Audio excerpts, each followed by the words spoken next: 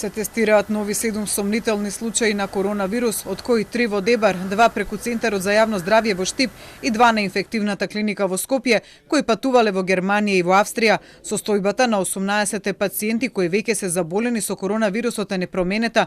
13 пациенти се лекуваат на инфективната клиника, од кои еден е на машина на дишење, а во домашни услови се лекуваат 5 пациенти во Дебар.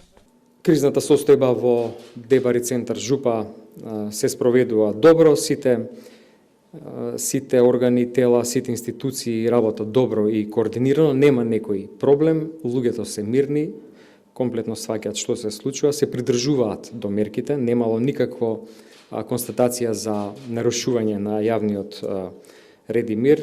Луѓето во овој регион покажуваат исклучително висок степен на дисциплина.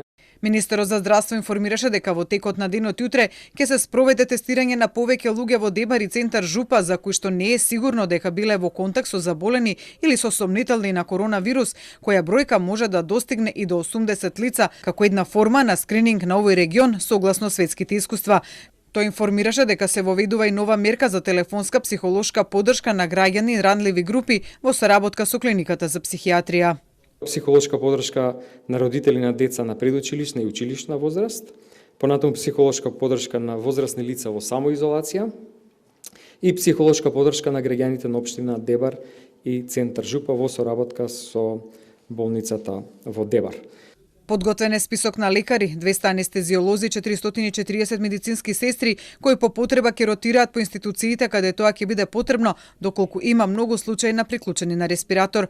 Во моментов Македонија вкупно и во јавното и во приватното здравство располага со околу 200 машини за дишење. Неделава се очекува да пристигнат 50 нови респиратори, а се прават обиди за набавки на дополнителни 50. Во меѓувреме се чека одговор од кинеската амбасада за донација од Кина на 200 респираторни машини.